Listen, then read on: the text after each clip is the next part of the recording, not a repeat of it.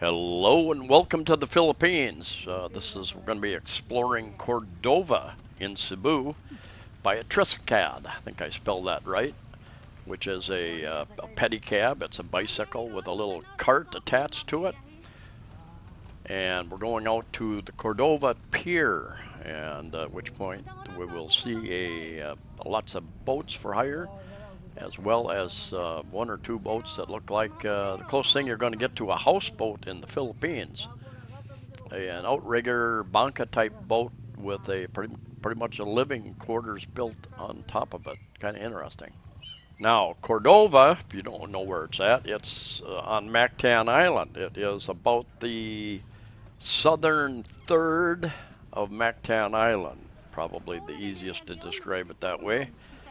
Mactan Island, for those of you who don't know, is where the Cebu International Airport is, right across two bridges that come across from Cebu, Mandaue City, go over to Mactan Island.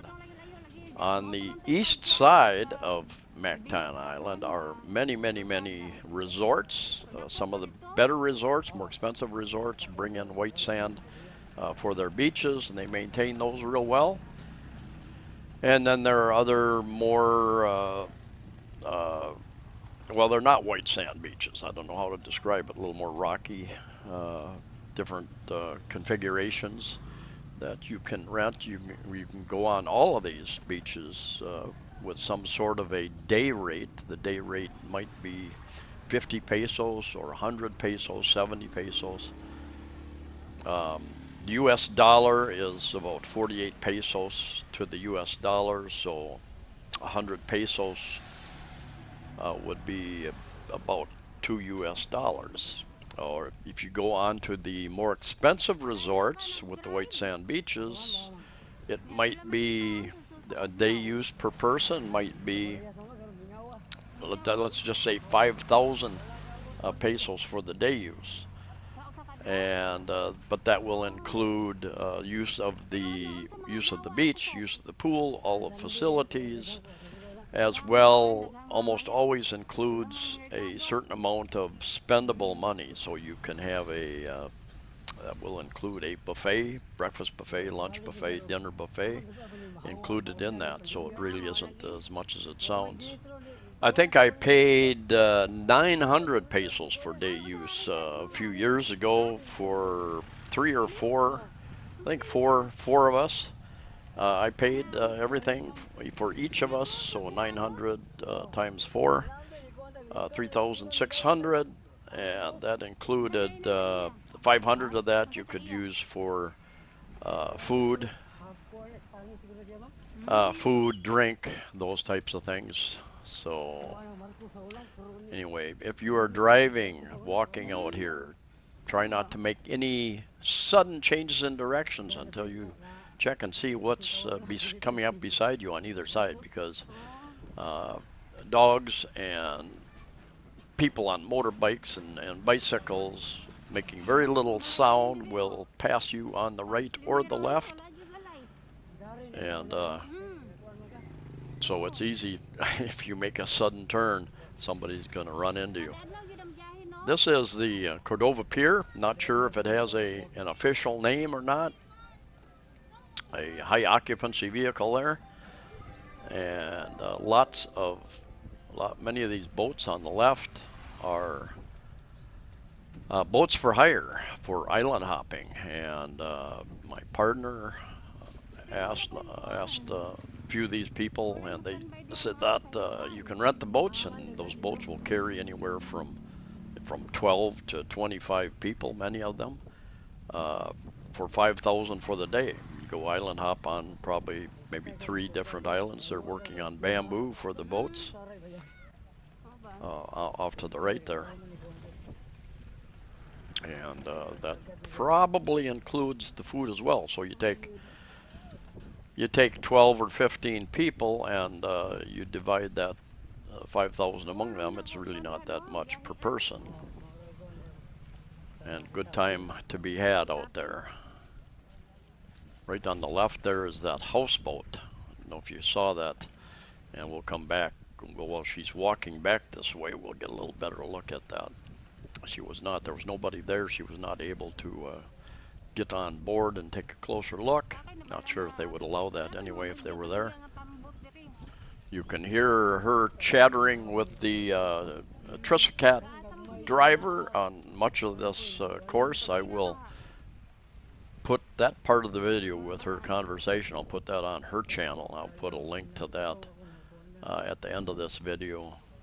Yeah, for those of you who speak and understand Bisaya Cebuano, that will be a day or two before that is up. Probably May 2nd or 3rd. 2nd here, and it's still the May 1st back in the USA, so it depends upon what part of the world you're in.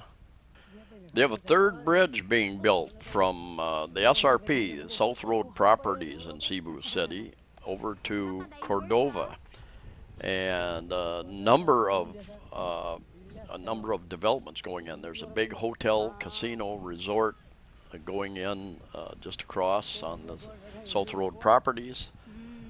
Going in over there, I've done a video about that, and there are other developments on this side. There's a big casino going in further north along the east coast of Mactan Island. There's another development going in on the south end in a few years. Not sure if they've started that, but that third bridge is going to bring going to change the commerce of Cordova quite a bit, and they're building new roads off of that new bridge, so that's going to affect property values, obviously. I was out here about 3.5 years ago with a friend that has bought a house over there in a subdivision. Ron, are you here? Are you watching today? And after I think we had an Italian, went to an Italian restaurant, and after that we drove down here. He's got a big old Ford pickup, if I remember correctly, and we drove down here, took a little look around. Anyway, pier, and they've got larger ferries that come in here and go different places. I'm not sure of the details with this present medical crisis situation going on. They've got some island ferries that come and go at different places, hauling people, passengers, as well as a lot of freight. Everything on these islands has to come by boat unless they've got an airport, in which case a little bit of it might come by plane, but most of it's going to come by a ferry of some sort. Cordova Police Assistance Desk. My observation is that you often get TANODs, T-A-N-O-D-S. TANODs are, I think, the first legal level of enforcement. I'm not sure the proper term that's applied to them, but they are plain clothes. They're not given any, don't think they're allowed to carry a gun, anything like that, but they are the barangay, the village. That's where you go to first. You go to the TANOD if you have an issue with something, some criminal activity. I remember seeing a video a couple years ago, and they said they went to the police about a dog bite, and the PNP, the Philippine National Police, and they were told, no, you need to go to your barangay, your village. You need to make a complaint there first. And so that's kind of the structure of governments here. And somebody will correct me again. I suspect, and that's fine. That's how we all learn. Different parts of the country, maybe the Philippine National Police would be the first line of that you would contact, depending upon the particular barangay, depending upon the families, the politicians who are in charge of those areas. Each area can be a little different based on the power structure of those types of areas.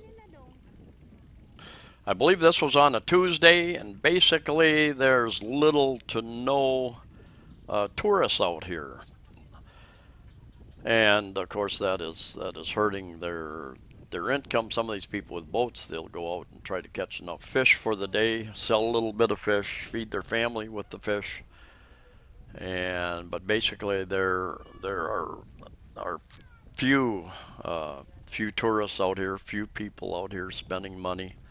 And even as I go into the various malls, they seem like they're empty. Even at Christmas time, there were very few people compared to normal years in the malls. Most of the people who are in the malls actually spending money are spending it in the grocery stores.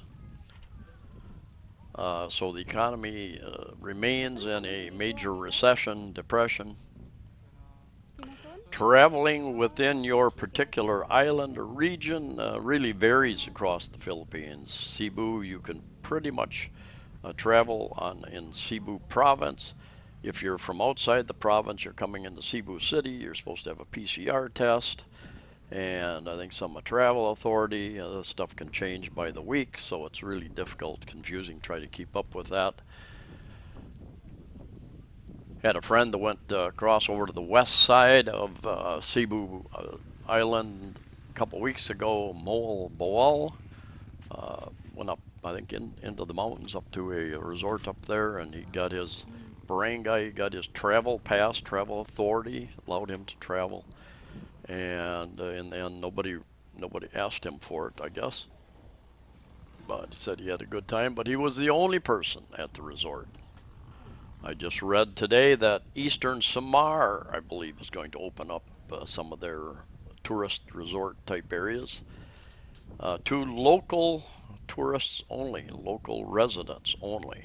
But the fact of the matter is, most of those people do not have jobs, do not have money. So in the end, just like my friend who went up and he was the only tourist, just happened to be a foreigner who lived here, had a little bit of money to spend. Just because you open up doesn't mean you're going to improve the economic situation there. Even over in Thailand, where they had been opening up, they had put a plan in place and they were gradually starting to open up. They had changed and allowed some flexibility with new types of visas, allowed people to come for 90 days and to extend those for 90 days. And over the course of many months, they were having very little success at enticing people to come, so they became a little more flexible. They cut back on the number of days of quarantine. And just in the last day or so, I've heard that they've had an increase in positive tests, which doesn't mean that you're ill or that you can pass on any virus, but they've had an increase in tests certain places, especially in places where they have illegal immigrants coming across from Cambodia, I believe, and they're getting some from Myanmar, I believe, too, people fleeing that nation. So they've become much more restrictive guns. They've pretty much locked down some areas. They've got different degrees of lockdown, what can be opened. I've got a Filipino friend works in Vietnam. She's in management of a furniture company over there. She gets paid much more over in Vietnam. And she was telling me she thinks Vietnam will open up sometime during May this month. So we'll see what the requirements and restrictions are there here. Now here's a look at this, what I would consider a houseboat, as close as you can get it. It's an outrigger. It would be interesting to take a look inside of that place. You could set that up pretty nice. A number of times over the years, back in the U.S., I have considered getting a sailboat, trying to live on a sailboat. And the more I thought about it, the bigger the boat got, the more expensive it got. But it would be interesting to be able to sail around. Now, sailboats have some disadvantages here with their deep keel, I guess you call it, and the so many low areas that you could very easily break that off. So you got an outrigger like this that doesn't sit very deep in the water, and you get a couple motors. You equip it with the things that make life more comfortable, and even I somewhat half-jokingly suggested to my partner that I wanted to live on a boat for a year, travel around the different islands. Um, Most islands you don't have an issue with pirates. Down in the southwest area, you might have. Um, Security would be an issue. I think possibly depending upon where you were if you left the boat for a period of time to go exploring inland. Anyway, this is an area that could be a relaxing several hours or day to come out here and have a little bit of a picnic or just wander around. There are joggers out here. There's walkers out here. Long stretch.